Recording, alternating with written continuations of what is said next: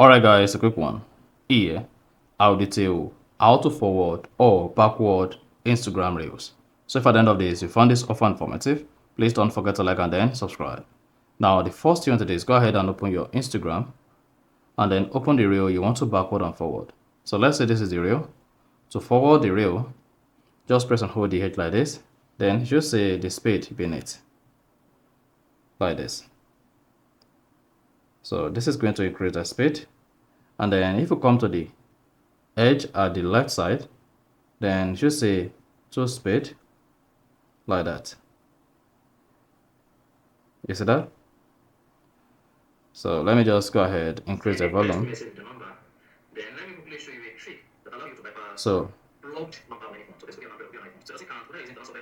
So you see that is going to forward the reel.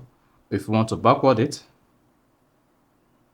all you just need to do is simply go ahead, open your phone now, just dial #31# followed by number that blocked you from calling or sending messages. So that is exactly how you can easily forward or backward reel on Instagram. So if you found this offer informative, please don't forget to like and then subscribe.